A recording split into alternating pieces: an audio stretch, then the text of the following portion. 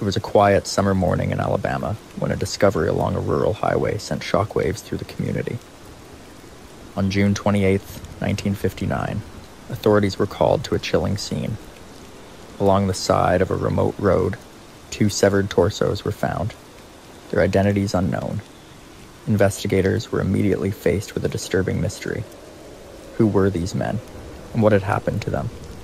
The bodies had been abandoned in separate locations, making it clear that someone had gone to great lengths to conceal the crime.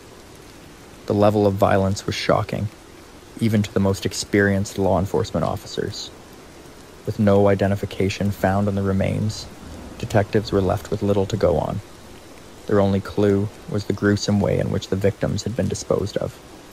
News of the discovery spread quickly, and fear gripped the local community. Rumors swirled about what kind of person could commit such a brutal act. The police worked tirelessly, knowing that identifying the victims was the first step towards solving the case. Despite the horrific state of the bodies, forensic experts attempted to reconstruct the faces of the 2 men, hoping that someone would recognize them. After days of investigation, a breakthrough came. A tip led authorities to believe the victims resembled 2 local men who had been missing for nearly 2 weeks. Lee Harper, 58, and his brother Emmett Harper, 48, had not been seen at their jobs in Anniston, raising suspicions. When police visited the Harper family's home, they learned that the brothers had recently been staying in a trailer on a farm in White Plains. This farm was owned by the Hyatt family, and it was there that detectives would take the next critical step in the case. The investigation was just beginning, but it was already clear that this was no random act of violence. The crime was deliberate, and whoever was responsible had carefully planned how to dispose of the evidence. The small Alabama town was on edge as police searched for answers, unaware that the case would soon lead them to a shocking suspect, one who would be remembered as one of Alabama's most infamous criminals. As investigators followed the trail left by the gruesome discovery, their next step was to search for any connections between the victims and possible suspects. The tip that led them to the Harper brothers' trailer on the Hyatt family farm in White Plains became a turning point in the case. Detectives arrived at the remote property, hoping to find evidence that would explain what had happened to Lee and Emmett Harper. Upon entering the trailer, police immediately noticed signs that something was wrong.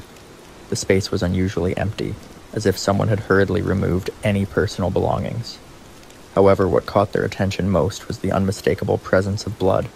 Stains were found in multiple areas, suggesting that a violent struggle had taken place.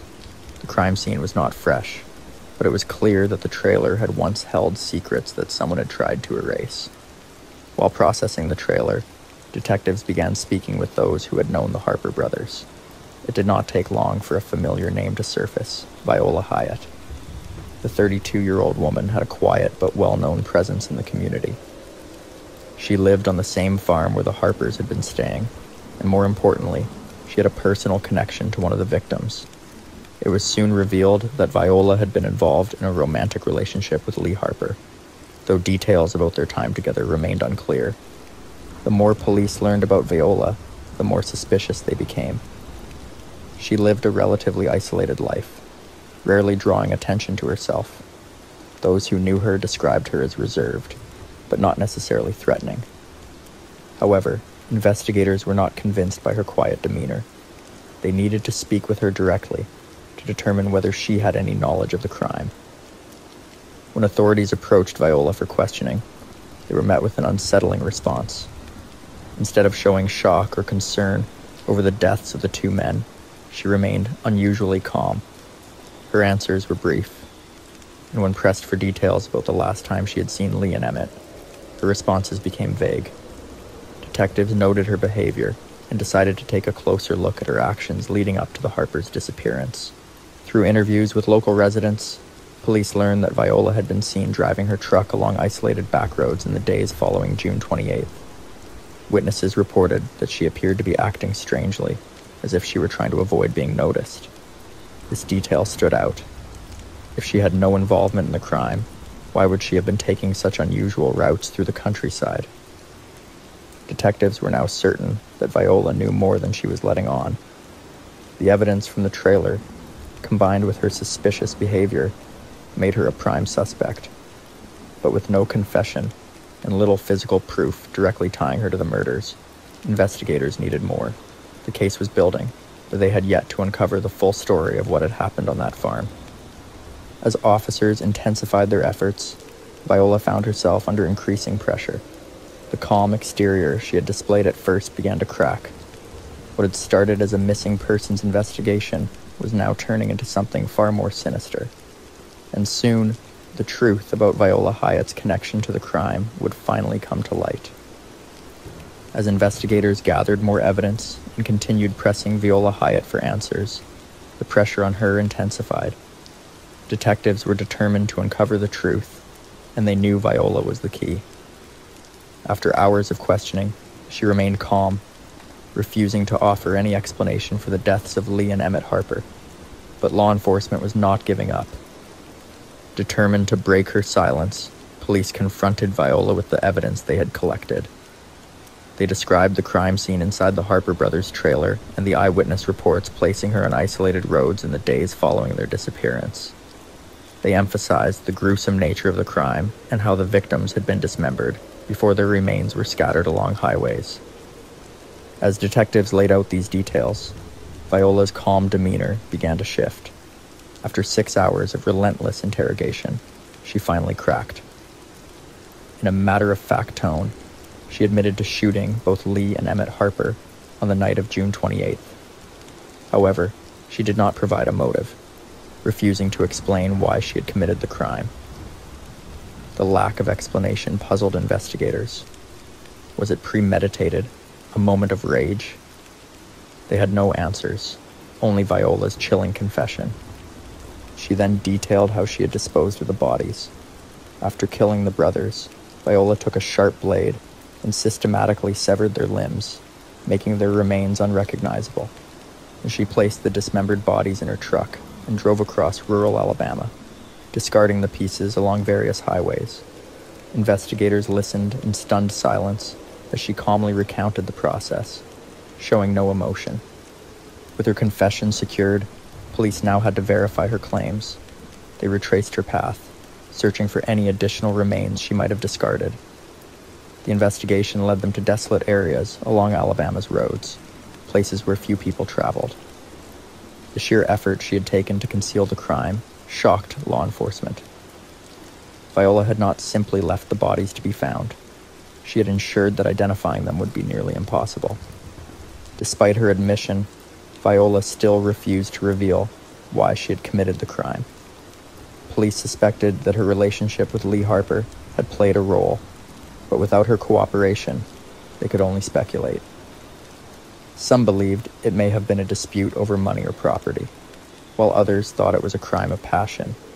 Yet even as she faced the consequences of her actions, she never gave investigators the closure they sought.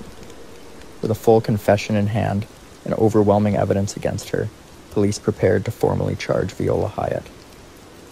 The quiet woman from White Plains, Alabama, had just admitted to one of the most gruesome crimes in the state's history, and now the legal system would decide her fate.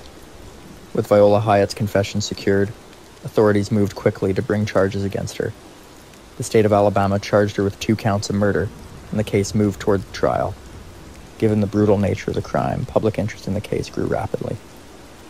The quiet, reserved woman from White Plains was now at the center of one of the most shocking murder cases in the state's history. Viola's trial began in early 1960, less than a year after the murders. In the courtroom, the prosecution presented a strong case, laying out the full timeline of events. They detailed how Lee and Emmett Harper had gone missing, how their torsos were found discarded on Alabama highways, and how investigators had traced the crime back to Viola. The most damning evidence, however, was her own confession. Prosecutors played recordings of her statement to law enforcement, where she described the killings and dismemberment in a calm, matter-of-fact manner. The jury listened in silence, absorbing the disturbing details. Despite the overwhelming evidence, Viola's defense team attempted to shift the narrative. They did not argue her innocence, but instead focused on her mental state. Her attorneys claimed that she had been under severe emotional distress at the time of the killings, suggesting that an unspecified personal conflict had led to her actions. However, Viola herself refused to offer any explanation for the crime, making it difficult for the defense to argue for leniency. Throughout the trial, Viola remained composed, showing little emotion as the evidence against her was presented. This only added to the eerie nature of the case. Many in the courtroom expected to see signs of remorse or regret, but she remained largely expressionless. Some speculated that she was numb from the weight of her actions, while others believed she felt no guilt at all. After days of testimony and legal arguments, the jury deliberated for only a short time before reaching a verdict. Viola Hyatt was found guilty of 2 counts of murder. The court sentenced her to 2 life terms in prison, ensuring that she would spend the rest of her days behind bars. For many in the community, justice had been served. The case remained unsettling. Even with a conviction, the biggest mystery of all still lingered. Why had she done it? Viola was transferred to Tutwiler Prison, Alabama's primary facility for female inmates. There, she maintained the same quiet demeanor she had exhibited throughout the trial. While some inmates were known for causing trouble, Viola kept to herself, following prison rules and avoiding confrontation. Over time, she became known as a model prisoner, and her good behavior would eventually play a role in her fate. As the years passed, speculation about the case never truly faded. Locals in White Plains and Anniston continued to wonder what had pushed Viola to commit such a gruesome act. Some believed the answer had died with her victims, while others held out hope that she might one day reveal the truth. But as time went on, it became increasingly clear Viola Hyatt had no intention of ever explaining herself. After serving 10 years at Tutwiler Prison, Viola Hyatt was granted parole in April of 1970. Her early release was due to what prison officials described as exceptionally good behavior. She had followed all rules, maintained a quiet presence, and avoided any trouble during her time behind bars. Despite the horrific nature of her crimes, the parole board determined that she no longer posed a threat to society. Her release came as a shock to many in Alabama. The community, particularly those who had followed the case closely, struggled to understand how someone convicted of such brutal murders could walk free after only a decade. However, there was no public outcry or legal challenge strong enough to overturn the decision. Viola Hyatt, the woman who had confessed to killing and dismembering 2 men, was allowed to return to life outside of prison. After her release, Viola chose to live in seclusion. She avoided public attention, never speaking to the media or offering any insight into her past. She settled in Alabama, but her exact whereabouts remained largely unknown. Those who knew her before the crimes said she kept to herself, much like she had before her arrest.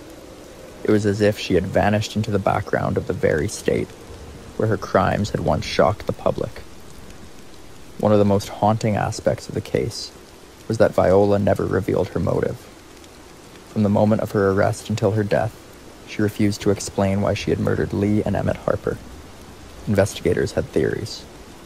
Perhaps it was a dispute over money, a personal betrayal, or a violent reaction to an argument, but nothing was ever confirmed. The lack of a clear explanation left the case shrouded in mystery, making it all the more unsettling. Viola Hyatt lived the rest of her life in obscurity. She passed away in June of 2000, taking whatever secrets she held about the murders to her grave. Her death marked the end of a story that had left so many questions unanswered. To this day, the case of Viola Hyatt remains one of Alabama's most disturbing true crime stories. The gruesome nature of the killings, the shocking confession, and the complete lack of a known motive make it a crime that continues to haunt those who hear about it. The details may have faded from public memory over time, but for those who remember, the name Viola Hyatt still carries an eerie weight. A reminder that sometimes the darkest crimes come without explanation. In the early hours of an August morning in the year 2016, The quiet town of Citronelle, Alabama, became the scene of one of the worst crimes in the state's history. Citronelle, a small rural town with a population of just over 4,000, was the kind of place where most people knew their neighbors. Life moved at a slow pace, and violent crime was rare. But on this day, the town would wake up to news that would send shockwaves through the community. A call came into law enforcement from a woman who had just escaped a horrifying situation. She was panicked, telling the dispatcher that multiple people had been killed inside a home on Jim Platt Road. She also revealed that she had been kidnapped, along with an infant, and taken across state lines before being released. As authorities rushed to the scene, they had no idea what they were about to uncover. The house was located in a wooded area west of Citronelle, set back from the road and surrounded by trees. It belonged to a man named Joseph Adam Turner, who lived there with his wife and a few friends. Officers approached cautiously, but as soon as they stepped inside, they realized they were dealing with something far beyond what they had expected. 5 people had been brutally murdered inside the home, and one of the victims had been pregnant. It was a crime unlike anything local authorities had seen before. As detectives processed the scene, one question loomed over everything. Why? The victims appeared to have been attacked while they were sleeping, with no chance to defend themselves. The brutality of the crime suggested a personal motive, but the suspect was nowhere to be found. It wasn't long before investigators learned that the man responsible had already turned himself in, over 30 miles away in Mississippi. That man was Derek Ryan Dearman. By the time he walked into the Greene County Sheriff's Office in Mississippi and confessed, the authorities in Alabama were just beginning to piece together the details of what had happened. But the full story of how and why this horrific crime took place would take much longer to uncover. As news of the killings spread, the residents of Citronella struggled to make sense of it. Many of them knew the victims personally, and the idea that someone could commit such a crime in their own town was almost impossible to comprehend. In a place where people often left their doors unlocked, fear and grief quickly replaced the town's usual sense of security. The investigation was only beginning, but one thing was already clear. This was not a random act of violence. Something had led Derek Dearman to that house, and investigators were determined to find out what it was. As investigators worked to understand what had led to the massacre on Jim Platt Road, they turned their attention to Derek Ryan Dearman, the man who had walked into a sheriff's office in Mississippi and confessed. Who was he, and what had driven him to commit such an unthinkable act? Dearman was a Mississippi native, known to law enforcement for previous offenses, though nothing in his past suggested he was capable of something this extreme. Those who knew him described him as troubled, with a history of drug use, particularly methamphetamine. It would later become clear that drugs had played a major role in the events leading up to the murders. But detectives needed more than just speculation. They needed facts. The key to understanding the crime lay in the connection between Dearman and one of the survivors, Lynetta Lester. She had once been in a relationship with him, but their time together had been far from stable. Those close to her said she had been trying to get away from him, seeking safety at her brother's home in Alabama. Dearman, however, was not willing to let her go. On the night of August 19th, Dearman crossed state lines from Mississippi into Alabama. Witnesses would later say he had been using methamphetamine, which may have heightened his paranoia and aggression. At some point, he made his way to the house on Jim Platt Road, where Lynetta was staying.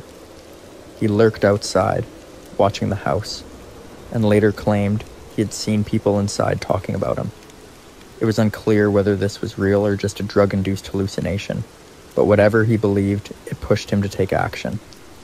Dearman did not act immediately. Instead, he left and went to sleep in his truck in the woods near the house. Hours passed. Then, just before dawn, on August 20th, he returned, this time forcing his way inside. The attack that followed was swift and brutal. The victims never had a chance to escape. After the killings, Dearman did something unexpected. He took Lynetta Lester and an infant from the home and drove them across the state line into Mississippi. He went to his father's house in Leakesville, about 30 miles away. There, something changed.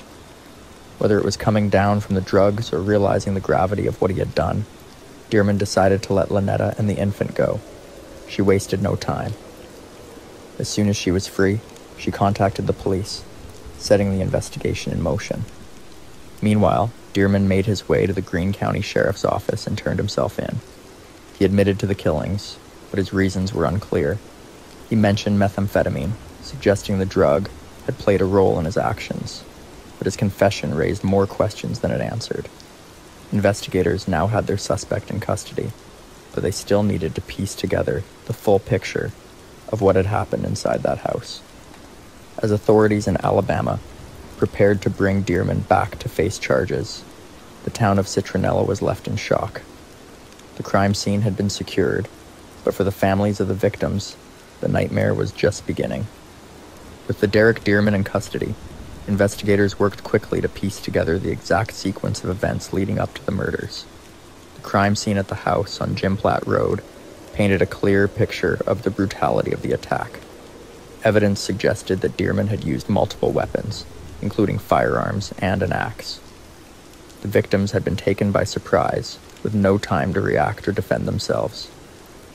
Forensics teams carefully examined the scene, collecting fingerprints, shell casings, and other physical evidence.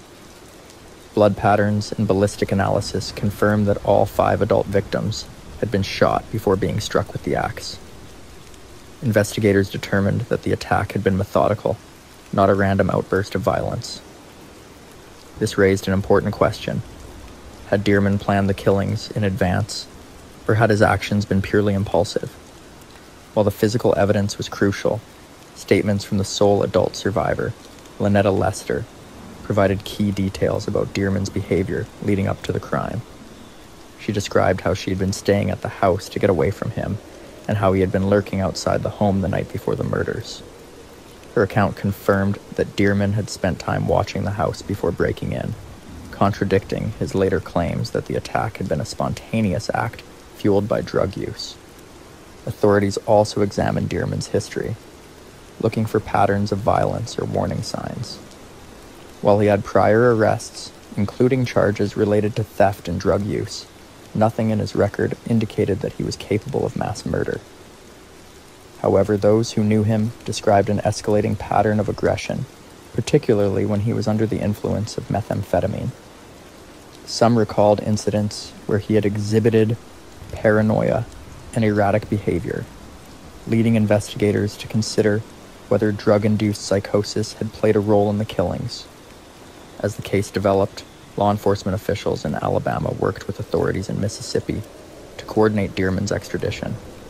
On August 22nd, 2 days after the murders, he was transported to Mobile County, where he was officially charged with 6 counts of capital murder, 1 for each of the 5 victims and 1 for Chelsea Reed's unborn child, as recognized under Alabama's fetal homicide law.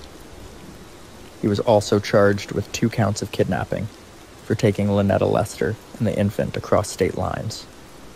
During his initial court appearance, Dearman appeared calm. When asked if he had anything to say, he told reporters, "Don't do drugs," and expressed regret for his actions. He later claimed that he had not realized what he was doing at the time of the murders, blaming his drug use for his behavior. However, prosecutors were not convinced. They pointed to the fact that he had been seen watching the house the night before, had left and then returned hours later, and had chosen to take specific actions after the killings, such as abducting Lester and the infant, suggesting that his actions were not entirely out of his control. As investigators built their case, the small town of Citronelle struggled to process the tragedy. Memorials were held for the victims, and the community came together in support of the grieving families. Meanwhile, the legal process was just beginning. Prosecutors made it clear that they intended to seek the death penalty, setting the stage for a high-profile trial that would expose even more chilling details about the crime. As the legal proceedings moved forward, prosecutors focused on proving that Derek Dearman's actions were intentional and premeditated. Given the severity of the crime, they pursued the death penalty, arguing that the evidence showed clear planning and a deliberate choice to kill. Dearman initially pleaded not guilty to all charges, setting the stage for what could have been a lengthy trial. However, in September of 2018, more than 2 years after the murders, he unexpectedly changed his plea to guilty on all 6 counts of capital murder, as well as the kidnapping charges. This did not eliminate the need for a trial, as Alabama law required a jury to determine whether he would receive a life sentence without parole or the death penalty. During the sentencing phase, prosecutors presented a detailed timeline of events, supported by forensic evidence and witness testimony. They emphasized how Dearman had arrived at the house during the early morning hours, fully aware that the victims were inside and asleep. They described how he had used multiple weapons, ensuring that none of the victims survived. The brutality of the attack, combined with the fact that one of the victims had been pregnant, made the case particularly shocking. Defense attorneys attempted to argue that Dearman's drug use had impaired his ability to make rational decisions, suggesting that methamphetamine had played a significant role in the crime. They also presented mitigating factors, including his history of drug addiction and claims that he had expressed remorse.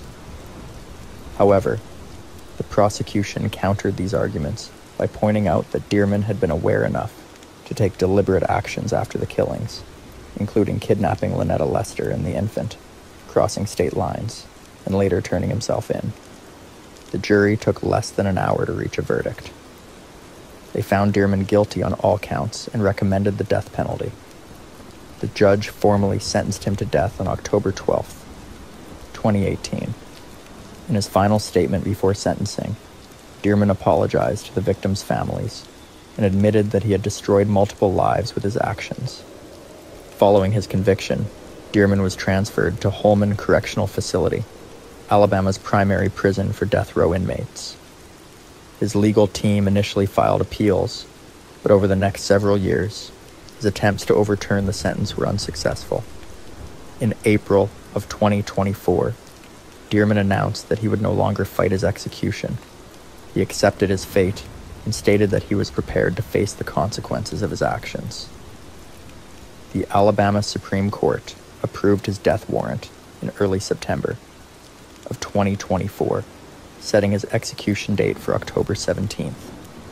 With this decision, the case was finally nearing its conclusion. However, for the families of the victims, the pain of that August morning in 2016 would never fully fade.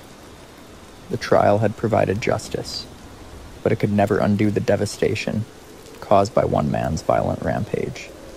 On October 17th, 2024, Derek Dearman was executed by lethal injection at Holman Correctional Facility in Atmore, Alabama. The execution took place at 6:14 in the evening, following hours of legal procedures and final preparations. Witnesses, including members of the victims' families, gathered to see the sentence carried out. Some hoped for closure, while others felt that nothing could truly erase the pain of losing their loved ones. Dearman's final words were brief. He apologized once again to the families, acknowledging the lives he had taken and the suffering he had caused.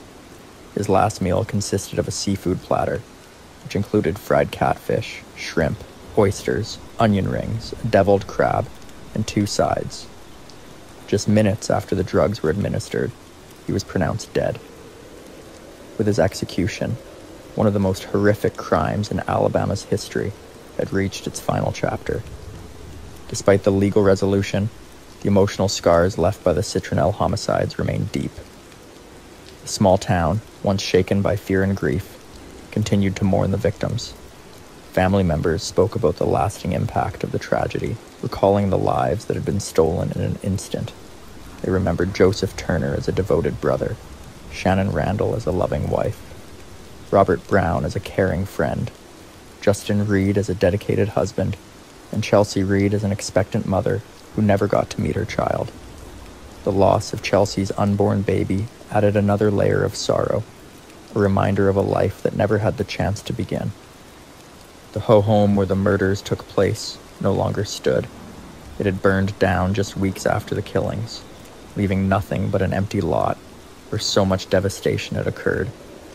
Some in the community saw this as a way to erase the painful memories, while others believed the town would never truly move on. The crime had become a permanent part of Citronelle's history, a reminder that even in the quietest places, unimaginable violence could erupt. Law enforcement officials who worked on the case reflected on the brutality of the crime and the challenges they had faced in bringing Dearman to justice. Many of them had seen violent cases before, but few compared to the horror of that August morning in 2016. The case reinforced the dangers of drug addiction, domestic violence, and unchecked rage, all of which had played a role in the tragic events. In the years that followed, the Citronelle homicides were remembered not just for the crime itself, but for the impact on the families and the justice that was ultimately served.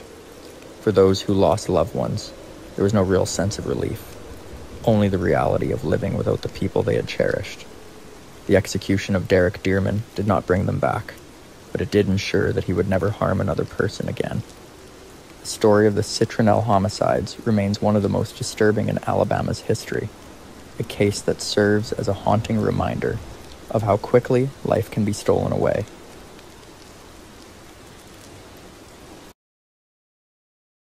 In the early 1960s, the city of Pritchard, Alabama, was a modest community where families sought to build peaceful lives. Amidst this backdrop, Thomas Warren Whisenhant was born on January 29, 1947, as the youngest of 4 children to Willie and Emma Whisenhant. The family faced financial hardships, and their household was dominated by Emma, a strong-willed woman known for her frequent confrontations with her husband, who struggled with alcoholism.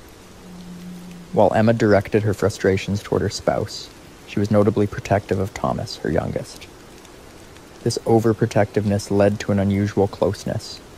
Thomas shared a bed with his mother until he was 7, and continued to share her bedroom until he turned 16.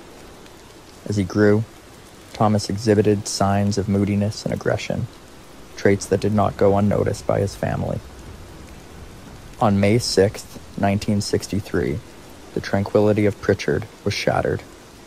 72-year-old widow Lexi Haynes was found fatally shot near her home. The murder weapon was discovered in a vacant lot adjacent to the Whisenhant residence, casting immediate suspicion on 16-year-old Thomas. Just prior to this incident, Thomas had been implicated in the robbery of a visually impaired woman, but the charges were dismissed due to a legal technicality. Despite the circumstantial evidence linking him to Haynes's death, Thomas's family provided an alibi, asserting he was at home during the time of the crime. This familial defense, combined with a lack of concrete evidence, prevented authorities from pursuing charges against him. In the years that followed, Thomas's life took a turbulent turn. He enlisted in the military, but his service was marred by misconduct. In 1967, while stationed in Texas, he was convicted of assault with intent to commit murder. This conviction led to a 20-year prison sentence with hard labor, which was later reduced to 10 years. After serving his time, Thomas returned to Alabama, but his reintegration into civilian life was far from smooth. He struggled to maintain steady employment and grappled with personal demons that seemed to intensify over time. By the mid-1970s, the Mobile County area experienced a series of unsettling events. Women were reported missing and later found murdered under disturbing circumstances. The community was on edge, and law enforcement agencies were under pressure to identify and apprehend the perpetrator responsible for these heinous acts. Unbeknownst to them, Thomas Whisenhant was the man behind these crimes, leading a double life that concealed his dark proclivities. By the mid-1970s, Mobile County law enforcement was struggling to connect the brutal crimes that had begun to unsettle the area. Women were vanishing under mysterious circumstances, only to be found dead in isolated locations. While police suspected a serial offender, they lacked solid leads. The cases were disturbing, yet no clear suspect had emerged. On October 21st, 1976, the case took a crucial turn. That evening, 23-year-old Cheryl Payton, a convenience store clerk in Mobile, was reported missing after failing to return home from work. Her car was found abandoned near the store, with no signs of a struggle, leaving investigators with little to go on. The case bore a striking resemblance to previous disappearances, and authorities feared the worst. The breakthrough came the next day, when Cheryl's body was discovered in a remote area outside Mobile. The crime scene bore similarities to previous unsolved cases, reinforcing the theory that a single perpetrator was behind the attacks. Detectives worked tirelessly to establish connections, reviewing past cases and interviewing potential witnesses. One of the key developments occurred when law enforcement identified a suspicious vehicle near the scene of Cheryl's disappearance. Witnesses recalled seeing a pickup truck parked near the store on the night she vanished. Investigators traced the vehicle to Thomas Whisenhant, a local truck driver who had a previous conviction for violent assault. His record immediately raised red flags, prompting authorities to bring him in for questioning. At first, Thomas denied any involvement, presenting a calm and composed demeanor. However, inconsistencies in his statements soon became apparent. Detectives pressed him on his whereabouts and the timeline of Cheryl's disappearance. As the interrogation intensified, Thomas's composure began to crack. After hours of questioning, he made a chilling confession, revealing details about the crime that had not been made public. His confession did not stop at Cheryl Payton. Investigators soon realized they were dealing with a serial killer. As Thomas continued speaking, the full scope of his crimes began to emerge, painting a horrifying picture of a man who had managed to evade justice for far too long. With Thomas Whisenhant in custody, investigators worked quickly to verify his confession and uncover the full extent of his crimes. Detectives revisited old case files, searching for connections between his statements and the unsolved murders that had haunted Mobile County for years. Forensic evidence, witness accounts, and Thomas's own admissions all pointed to a disturbing pattern of violence. Authorities soon linked Thomas to the murder of 23-year-old Diane Bell, who had been abducted in 1975. Her body had been discovered in a remote area outside Mobile, bearing similarities to the crime scene of Cheryl Payton. Investigators re-examined evidence from Diane's case and found crucial details that aligned with Thomas's confession. This confirmation strengthened the case against him, proving that his crimes extended further back than initially suspected. In addition to Diane Bell, law enforcement uncovered another victim, 20-year-old Patricia Hitt, who had been murdered in 1973 under nearly identical circumstances. Patricia's case had remained unsolved for years, but Thomas's statements provided previously unknown details, further implicating him in the crime. Detectives pieced together his movements during that time and found that he had been working as a truck driver, which gave him the opportunity to commit these crimes while evading suspicion. One of the most damning pieces of evidence against Thomas came from physical evidence collected at the crime scenes. Investigators matched fibers from his clothing and vehicle to materials found on the victims, further confirming his involvement. Additionally, tire tracks at one of the dump sites were found to match the tread pattern on Thomas's truck. These forensic links solidified the case, making it nearly impossible for him to deny responsibility. As authorities built their case, they also interviewed those who knew Thomas personally. Friends and former co-workers described him as quiet and unassuming, with no outward signs of aggression. However, some recalled moments of unsettling behavior that, in hindsight, seemed to hint at his violent tendencies. Law enforcement also discovered that Thomas had a history of arrests for lesser offenses, including assault, suggesting that his crimes may have escalated over time. With mounting evidence and multiple confessions, prosecutors prepared to take the case to trial. Thomas Whisenhant was now facing the possibility of the death penalty, and the people of Mobile County were left to grapple with the terrifying realization that a serial murderer had been living among them for years, undetected.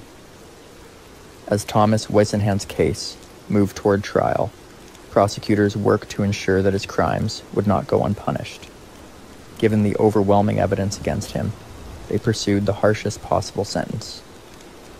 His confessions, the forensic evidence, and the pattern of his crimes all pointed to a deliberate and methodical killer. The prosecution emphasized the brutality of his actions and the lasting impact they had on the victims' families and the Mobile County community. Thomas's defense team attempted to argue that he was not fully responsible for his actions due to mental illness. They claimed he had a troubled past and suffered from psychological disorders that impaired his ability to control his violent urges. To support their argument, they presented expert witnesses who testified about his mental state. However, the prosecution countered these claims by highlighting his ability to plan and conceal his crimes, demonstrating that he knew right from wrong. The trial, which took place in the late 1970s, was closely followed by the public. Many people in Mobile County wanted justice for the victims, and the courtroom was often filled with spectators. The families of Cheryl Payton, Diane Bell, and Patricia Hitt sat through the proceedings, listening to the painful details of what had happened to their loved ones. Their testimonies, along with the evidence presented, made it clear that Thomas was a calculated and dangerous individual. After hearing the arguments from both sides, the jury deliberated. The weight of the evidence left little room for doubt, and they returned with a guilty verdict. Thomas Whisenhant was convicted of multiple counts of murder and sentenced to death. The judge's decision reflected the severity of his crimes and the need to ensure that he would never harm another person again. Following his conviction, Thomas was sent to Holman Prison in Atmore, Alabama, where he would remain on death row for decades. Despite attempts by his defense team to appeal the sentence, the courts upheld his conviction.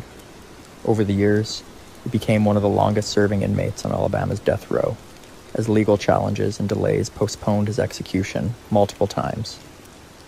As he awaited his final punishment, the families of his victims were left to cope with their grief, knowing that justice had been served, but that nothing could bring back the lives that had been lost. Meanwhile, the people of Mobile County were left with the unsettling reality that such horrific crimes had taken place in their own community, committed by a man who had once blended in among them. The conviction of Thomas Whisenhant brought a sense of closure to many, but it didn't erase the scars left by his brutal actions. His death sentence, upheld by the courts, reflected the magnitude of his crimes, but the prolonged wait for his execution meant that justice came slowly. The case not only shook the community of Mobile County, but also served as a chilling reminder of the dark side that can sometimes lurk within even the most seemingly ordinary people. Over the years, Thomas Whisenhant's time on death row continued to attract attention, with many questioning the fairness of the judicial system, the impact of his mental illness defense, and the long delays in carrying out the sentence. For some, the drawn-out appeals process created an additional layer of frustration, as they believed that justice was being delayed further. However, for the victims' families, the years spent awaiting closure were filled with a complex mix of emotions: grief, anger, and the painful realization that no matter what the courts decided, their loved ones would never return. As time passed, Whisenhant's case faded from the public eye, overshadowed by new cases and the ever-changing landscape of Alabama's legal system. Yet, for the families of Cheryl Payton, Diane Bell, and Patricia Hitt, the memories of their loved ones remain vivid, forever intertwined with the horrifying crimes committed by a man who had once lived among them. His conviction was a small step in the long journey of healing, but it could never undo the damage he had done. Thomas Whisenhant's story is a stark reminder of the impact of violent crime on individuals, families, and communities. While justice may have been served in the courtroom, the emotional toll of his crimes will remain with the people of Mobile County for generations to come. The legacy of those he harmed serves as a warning, a reminder that even in quiet, unassuming places, evil can hide in plain sight.